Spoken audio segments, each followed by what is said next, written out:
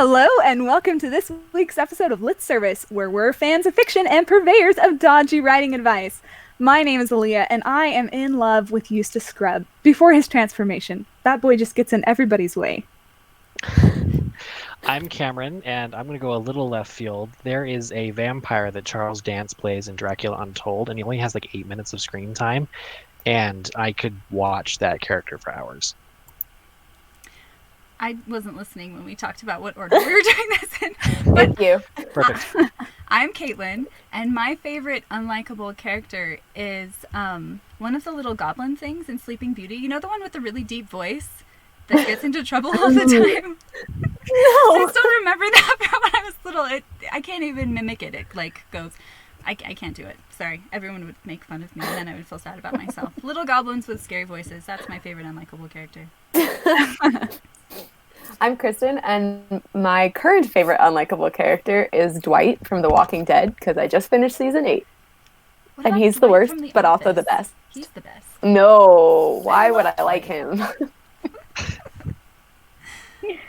Hi, I'm Kiersten White, and my favorite unlikable character is probably Jareth, the Goblin King from Labyrinth.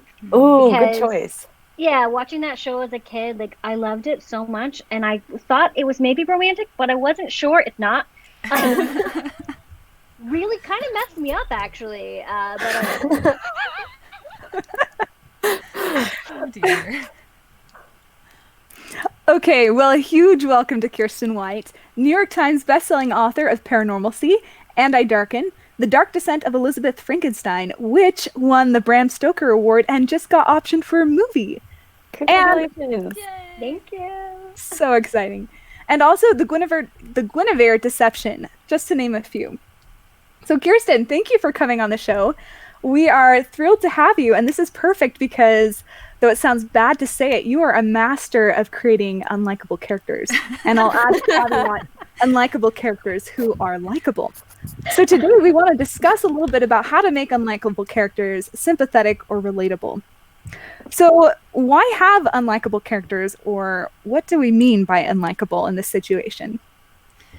So I'm glad that you specified that you like my characters, because it's going to be like, you're a master of unlikable characters, and you don't like any of them. Well, I think you have lots of characters that would be difficult to like in real life, but who I like reading about. Yes.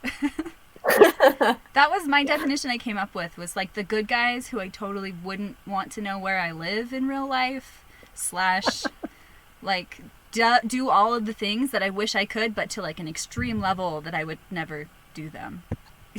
I don't even think that they have to be good guys necessarily. They just have to be the protagonists or a character that you care about. Mm-hmm. Because, like, if I'm thinking about the lies of Locke Lamora is not a good person. No.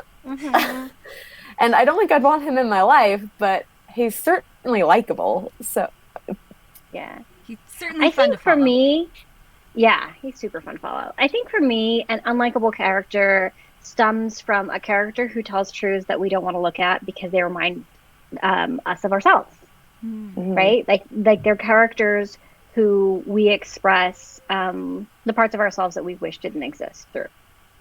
And so, you know, it's uncomfortable. Like, I think the best unlikable characters make you uncomfortable.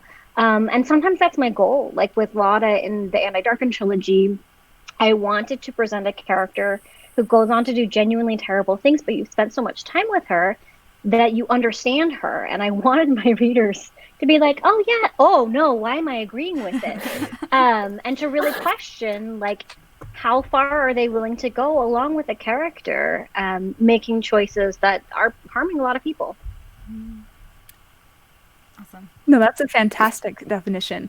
And I think it shows how much skill and intention and attention you give these people that really helps the readers connect with them as humans too. So if an author wants to create that relationship between maybe technically unlikable character and the reader, how can they do that? How can authors create that sympathy for these characters? We can go first if you want, but you can tell us what you think if you want to first. Okay. I mean, it is something I've thought a lot about because I do have several books with deeply unlikable characters. And for me, it really comes down to not sympathy, but understanding. So when I was writing Lotta, I was worried that I pushed her too far and that readers just were going to hate her. And so at one point in drafting, I was like, well, maybe she really likes animals. Like, maybe I can have her really love animals and be really nice to animals, and that will be people's into sympathizing with her. But it didn't actually work with her character. And so with Lotta, and especially with Elizabeth Frankenstein, in The Darkest of Elizabeth Frankenstein, Elizabeth is a deeply manipulative person. She's kind of nasty. She views every interaction as a transaction, and how can I get something out of this? And so in order to have the reader sympathize with that, I needed the reader to understand her position and her situation. And so I really built into the narrative just how powerless she truly was, and that her ability to manipulate people and to force them to like her was really the only power that she had in her situation. And for me, that's really what it comes down to. It's not finding little ways to like, oh, but she's super nice to horses. Horses are terrifying. It's really about building in understanding. Like, the reader doesn't have to agree with what the character is doing or even like it, but they have to understand why the character is doing it. And I think that's what also makes the best villains, is they're not evil for the sake of being evil. They're evil in pursuit of a very specific goal, and the reader understands that goal. So I read And I Darken semi recently, and like I noticed one of the things you did with Lotta is that like you jump in like right at like from the moment of her birth. Yeah. The entire world is against her. And like none of it excuses some of the stuff that she goes on to do, but you can see how, yeah, if this is how you grew up, yeah, I can not sympathize but understand Yeah, why exactly, you're doing the things you're doing. Yeah, and I think that's crucial. I think with when you're developing unlikable characters, that developing that understanding with the audience, and I did very deliberately start the book with her birth, which is not typical for YA novels to follow a narrator from birth and childhood on.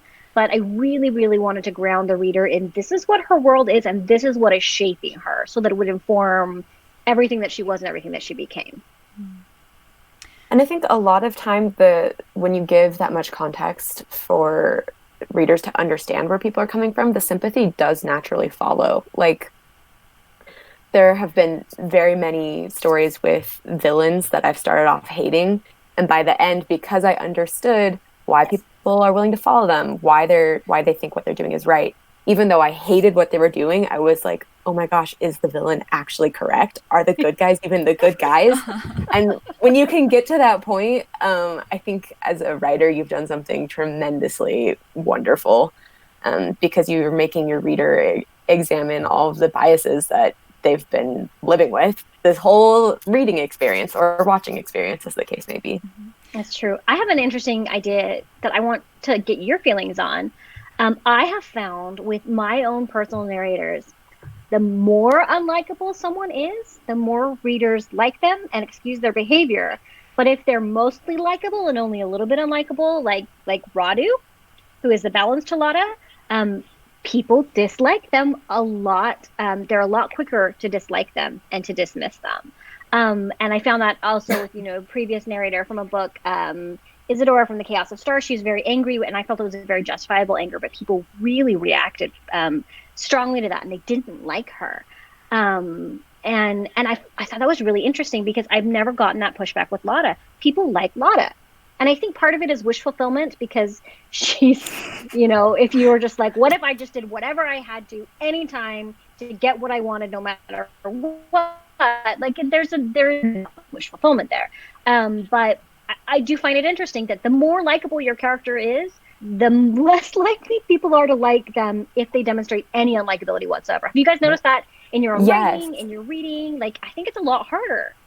I think maybe part of what's contributing to that is it's really upsetting, or it can be upsetting, to see somebody like drop their morals. And so if they start off in a place where you feel like they have the moral high ground, and then they go against something that they believed the whole time, it's really easy to be annoyed by that, or to think like, that's not what you should be doing. But if you already kind of start with a more open field, it's a lot easier to be like, yes, I do accept that decision. I think you're horrible, but I love watching you be horrible. Well, I think it's like the difference between like June and or not June, Jude and Carden from The Wicked King and The Cruel Prince and all of those. I mean, they start out pretty awful. I mean, like in the very first couple of chapters, Carden like tries to drown her, and we're like, oh yeah, but we will still go to school together and talk to each other. Like, there's some pretty nasty stuff that happens in those books, and it sets the stage for what happens later. They don't actually stop doing those nasty things, but we're still on board with them because we want to see them succeed. Versus, like, if you go to like Six of Crows, if Inej started doing stuff the way Kaz did, that would be a lot harder to swallow because the whole point of her character is that she's a foil for Kaz. So I think it's a lot harder to find the character that you identify with and you're like, oh, that's the nice one in this horrible fantasy landscape, and then to have them start doing things that align with the bad people, or the people who are willing to compromise their morals in order to get what they want. Yeah.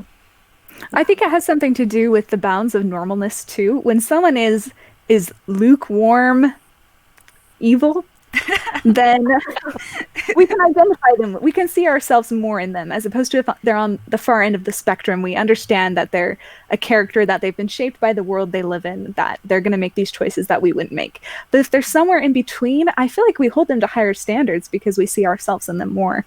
Yeah. Well, I think it's funny because it doesn't even have to be like evil. Because we just had our writing group, and the protagonist of my piece is this little cowardly gremlin. Essentially, she's just the worst. But everybody was like, that's a way really... to describe her, I suppose.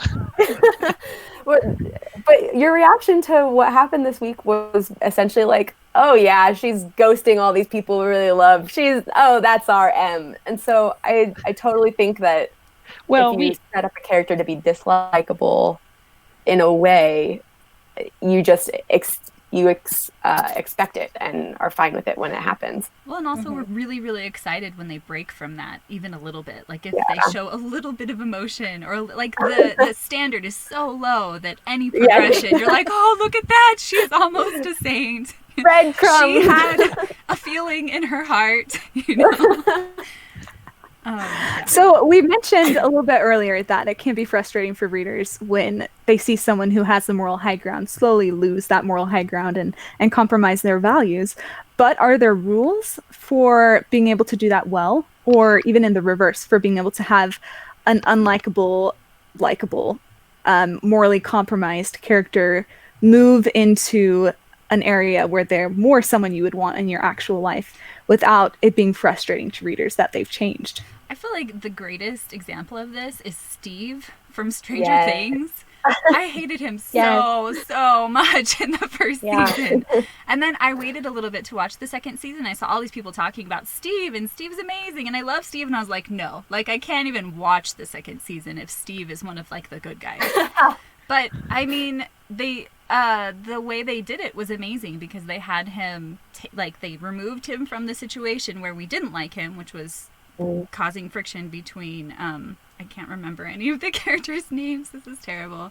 The romantic friction stuff, and then put him with the kids, so he was like he was protecting little kids who needed him, and so, yeah. They put him in a situation that made us allowed to like him because it took him away from the things that made us not like him. I don't know if that's a way to do that in a book, though. What do you guys think? I mean, you always have to have change. Otherwise, the characters are static, and why are you telling their story, right? But it has to be, I feel like it always has to be believable change. And everything has to be justified. Like, whether they're making a good choice or a bad choice, there has to be justification for it. It can't just happen.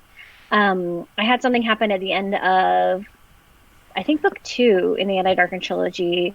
Lotta does something genuinely horrendous. So it's based on a real historical act. The entire books are based on real historical acts. My sisters were like, Kiersten, what is wrong with you? I'm like, it was all history. And they were like, oh, that's kind of a relief. But also we feel like you're less creative now. You can't win. I cannot win. No, I have two sisters. And my editor was like, I get why you want to have this scene, but we don't have the justification for it. So I need you to go back and build in more justification so that when this happens, it's equally horrifying, but again, the reader understands why it's happening and even maybe finds themselves sympathizing with it, which will cause that sort of like cognitive dissonance discomfort, which I love to create in readers.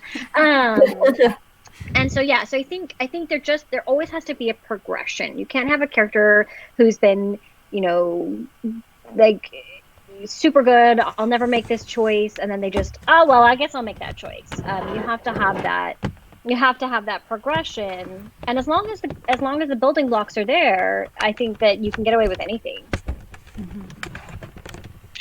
I think, character arcs could easily be its own several hours long discussion, but for people who want to look at more, I want to recommend Hello Future Me has a video essay on YouTube that uses Prince Zuko of Last Airbender fame and talks about such a good arc. Yeah, talking about realistic redemption arcs and how to make it like actually believable and something people will buy instead of getting angry over. Anyway, I would recommend watching that if you get a minute. I feel like one of the things I love about Zuko, but you should go listen to the thing that Cameron's talking about, is that he makes all of the bad decisions, all of them, before he starts making good ones. So he does not pull any punches on the bad stuff. So it's believable when he starts to come back around. We're about out of time for this portion of the podcast, but does anybody have any final thoughts they'd like to add on the topic? Aaliyah, there are a bunch of listener questions on the Why don't we do that? Do we want to do that at the very end after we do the critique, though? It's up to you. Let's keep them at the end. Unless you want to answer them right now, Kiersten White. Oh, I'm good. Actually, can I pause and turn on some lights? My room is super dark. Yeah, for sure. You're descending into darkness as we talk about how to make Yes, we're talking about the gradual transition, and mine is going into darkness. Elevator music. No.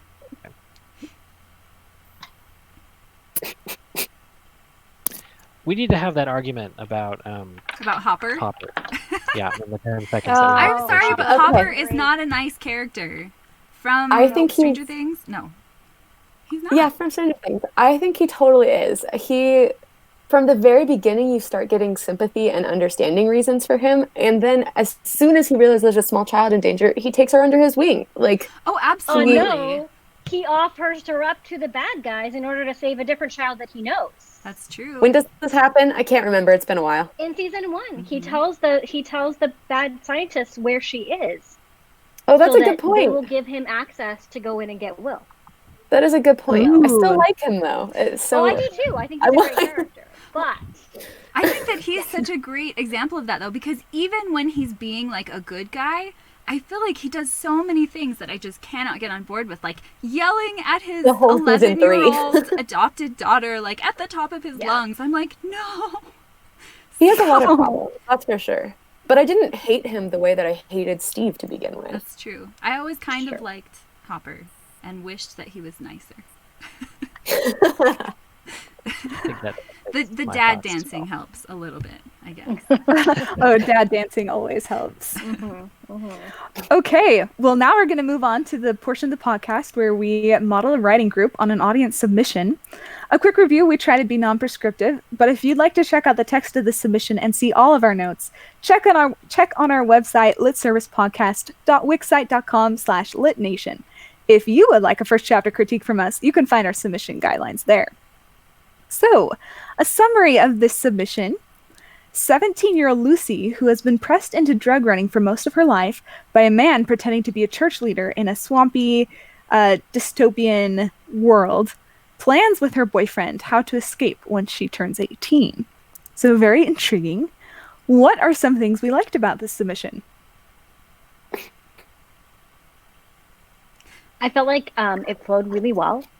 You instantly knew who each of the characters were. Not in a bad way, not that they were cliches, but it did a very good job in a very short period of time establishing who the characters were and what the stakes were. Absolutely. Yeah, I had the same reaction. There's a lot of emotion behind what the characters want, and we know what they want. And there's a few details that are sketchy on why they can't have it, but we know there's some good reasons why they can't have it. And it makes really good promises about where the story is going to be going. Well, and promises about those reasons we don't quite yet understand. I was okay with waiting to find out a little bit more. I really liked the opening line. I think that might be something we talk about again a little bit later, but it's such a great opening line.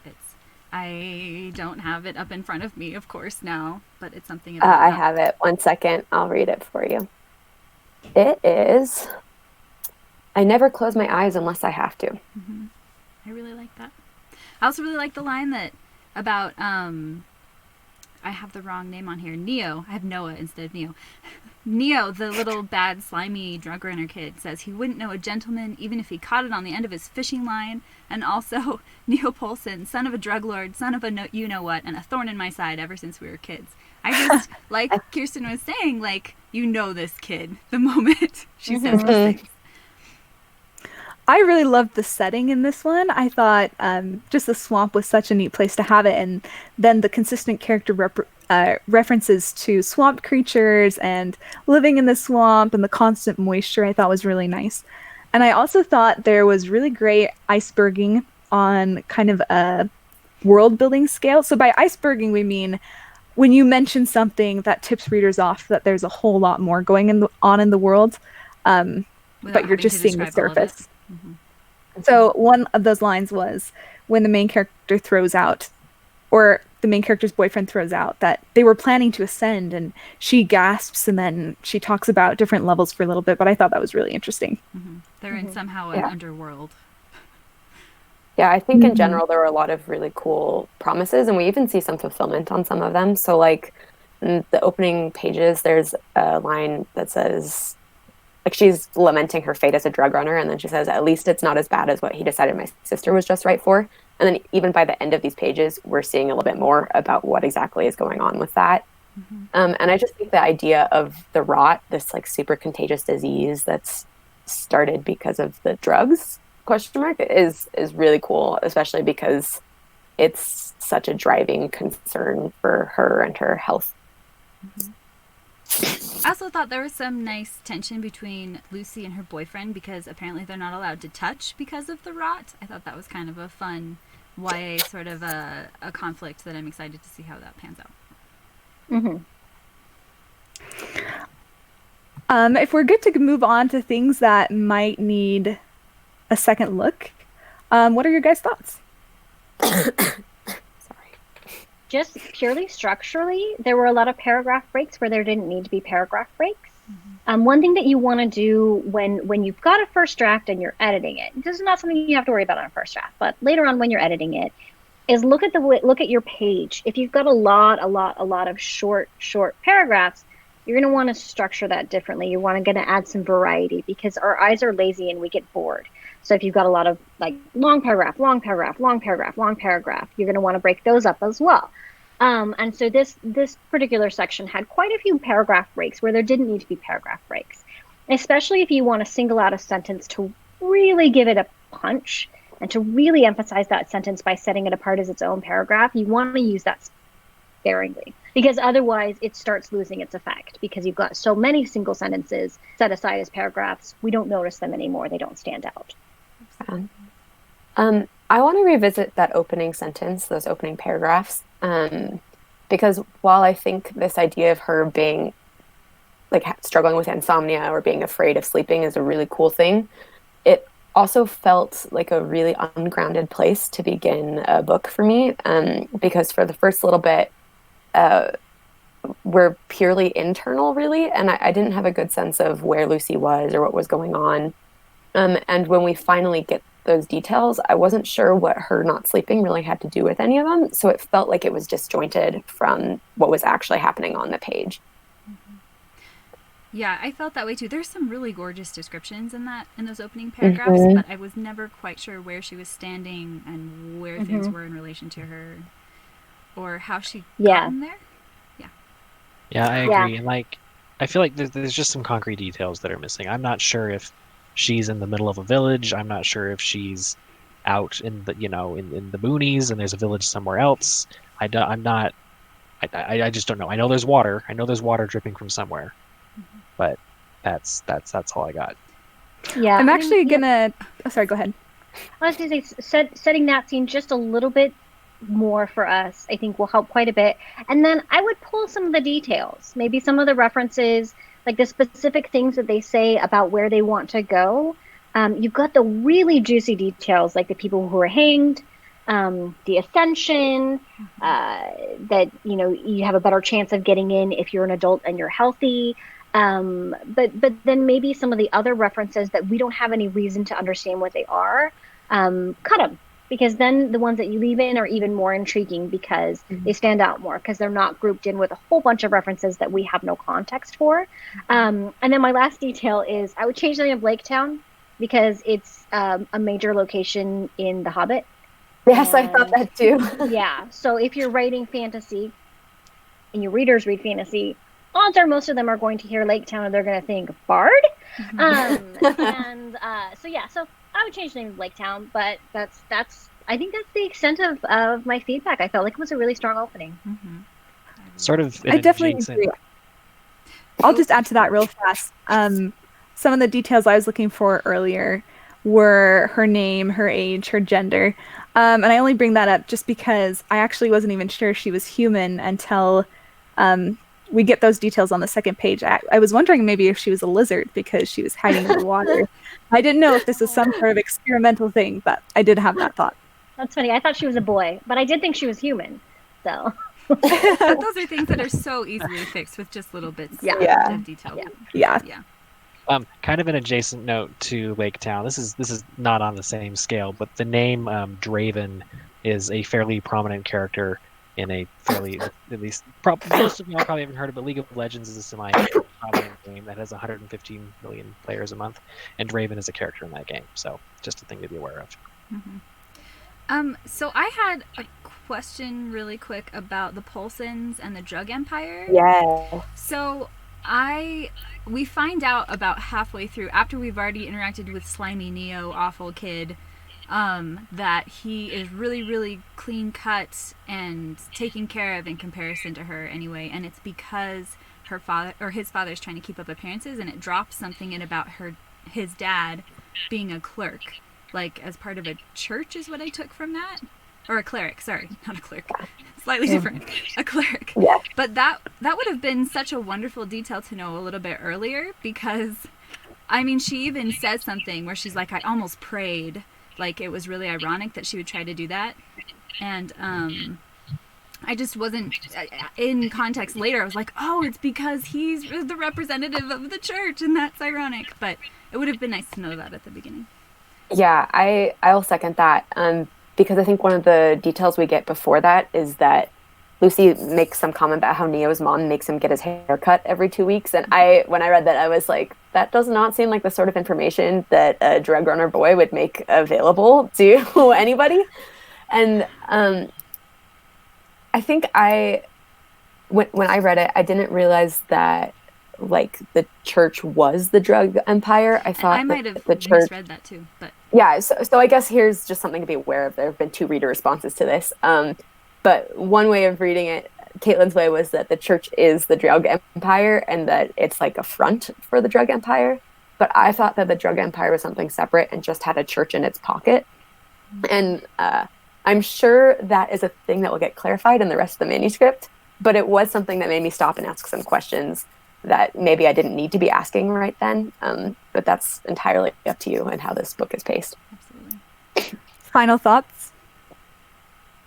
I just have a thing about the fingerless gloves, because the aesthetic is really cool, but I wasn't sure I totally understood how that worked if her hand is covered in a contagious disease. Like, you would think she'd want the whole thing covered and not just the palm, which is a very small detail, but it did make me stop. Okay, that's all we have time for today, folks. But to this writer, thank you so much for submitting. We loved reading your work. And Kiersten, thank you so much for coming on the show. Thank you for having me. It's been really fun. Listeners, be sure to check out her books, Paranormalcy, And I Darken, The Dark Descent of Elizabeth Frankenstein, The Guinevere Deception, and many more, which are all delightful, by the way. Wait, Remember... Are we going to do the questions from the listeners? Let's close it down and then we'll do questions. Okay. Okay. Remember, you'll be able to listen to the edited version of the podcast in 2 weeks, and there's a backlog of episodes full of writing advice from the Lit Service crew, authors, agents, and editors. So if you're stuck inside, which I hope we all are, go check it out. Our next guest will be Marissa Meyer. Our next guest will be Marissa Meyer, New York Times bestselling author of The Lunar Chronicles, Heartless, and the Renegades series. If you want a chapter critique from Marissa, check out our submission guidelines and get us your work by April 9th. After that, we'll be recording with Lauren Spieler. Spieler? I don't know didn't that look one. that up before we did this. Sorry. We're doing great. After that, we'll be recording with Lauren Spieler, who is a literary agent at Triada USA. Triada? And also the author of She's the Worst and Your Destination is on the Left. Chapters for her critique need to be in by April 16th. Thank you to our intern, Lindsay Owens, who is a lifesaver, as always. And if you want to ask us questions, tell us we're awesome, or whine about how your writing is going, you can find us on social media or email us at litservicepodcast@gmail.com. Please remember to like, share, and review the podcast. It helps us grow. And for Lit Service, thanks for listening. We'll see you in 2 weeks. Okay. So questions. Yes. I think we Okay. kind of already answered the first one. I think so too. Yeah. But we still have the others. Let's Okay. So hot from the presses then are our very own listener questions for the fabulous Kiersten White. At AmberPunkN13 asks, what was the inspiration for all the different versions of the characters in the Guinevere deception, like Tristan, Isolde, Arthur, Mordred, Lancelot, and Guinevere herself? Yeah, so the fun thing about doing an Arthurian retelling is there is no canon. People have been telling the Arthurian cycle stories forever, and it's all Literally fan thousands of fiction. years. Yeah, it's like somebody was like, oh, hey, there might have been a Welsh king in the 5th century who did something cool. I'm going to write a poem about it. Somebody read that poem and they were like, oh, I like that poem. I'm going to write a poem about that poem and add another knight. Somebody read that and was like, oh, I'm going to write an epic about that and add a wife. And like, they just, I mean, Lancelot didn't even come in for several hundred years. Like, there is no canon. Sometimes Mordred is Arthur's nephew. Sometimes he's Arthur's nephew / also son. Like, it gets very complicated depending on which version you try to take as the definitive one, because there isn't one. And so when I was deciding how I wanted to tell this story, obviously I wanted to center it around Guinevere and explore her story and make her into a real person.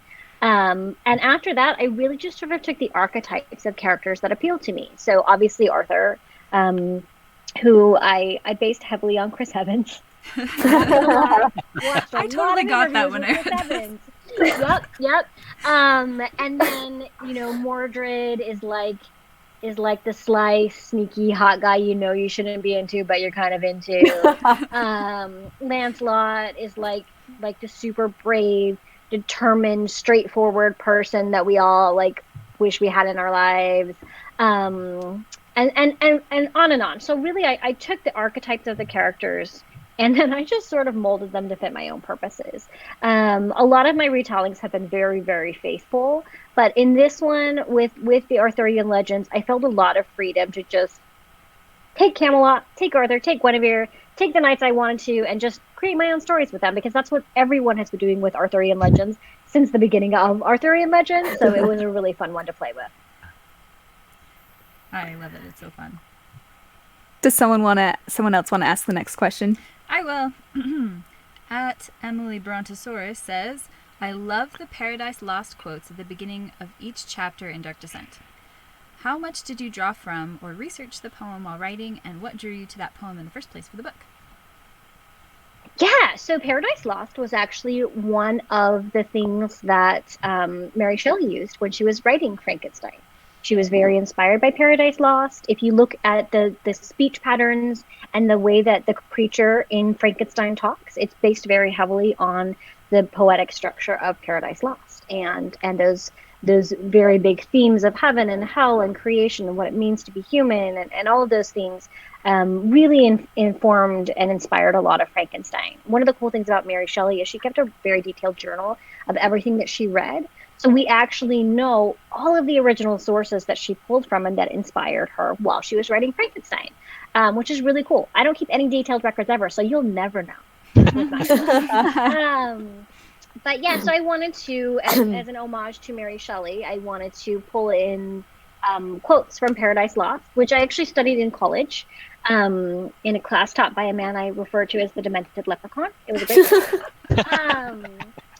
But mostly, and maybe I shouldn't admit this, mostly what I did is I went on Goodreads and I looked at Paradise Lost quotes. And I found quotes that worked for what the theme of the chapter was, and I used those quotes. Sometimes Amazing. writers cheat because we can. What? Writers cheat? Yes. No. So I have read Paradise Lost. I have studied it, but for the purposes of running the Darkest Influence of Frankenstein, Goodreads quote section was my best friend.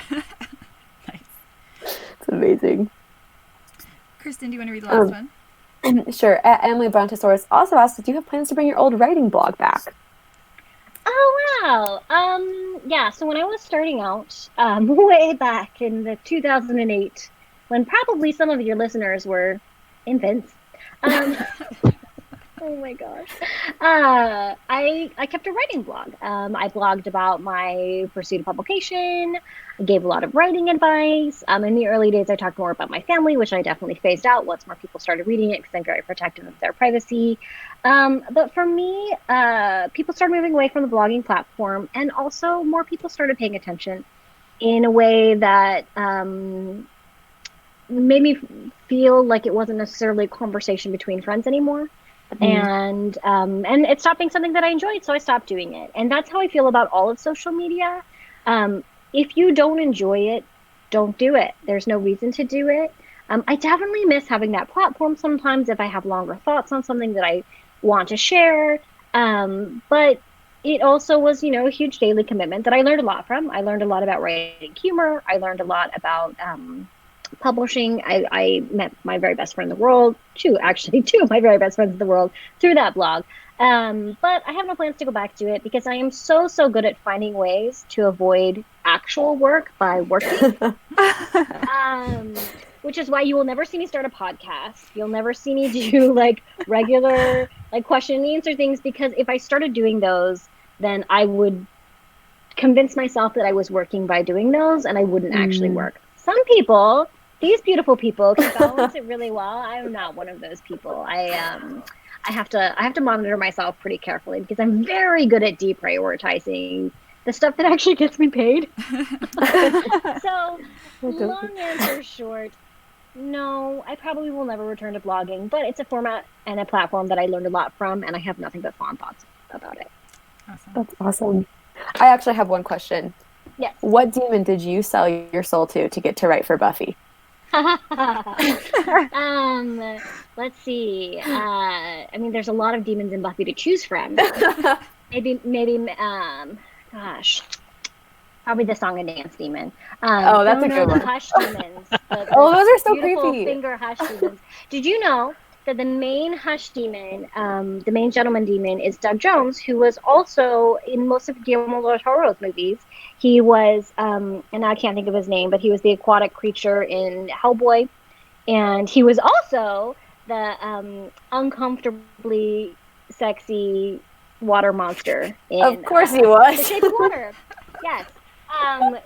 He's a phenomenal actor, and he acts so much with his fingers.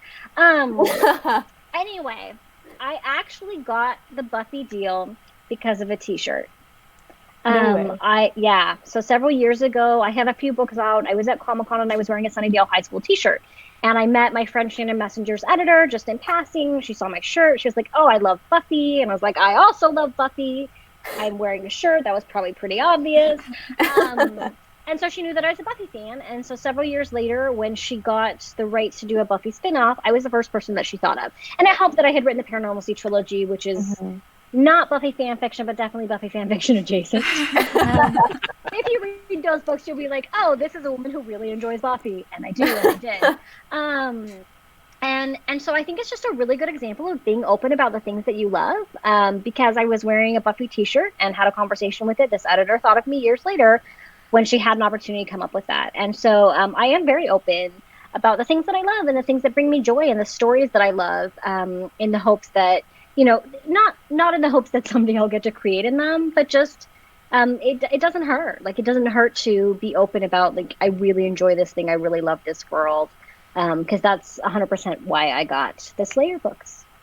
That's awesome. Awesome. No demonic sacrifices necessary, or that I will admit to. Yes, but dress for success. That's a whole new Dress, level. Yes. Wear nothing but Buffy apparel all day, every day, and maybe someday you That's too. amazing. Be part of the Buffyverse. Incredible. Nice. Okay. Well, thank you so much for doing this with us. We really appreciate it. seriously. Yeah, of course. It was fun. Let's say a big goodbye to our listeners on YouTube. So, Goodbye. bye. I'm going to end it now. Okay, Ending and stream.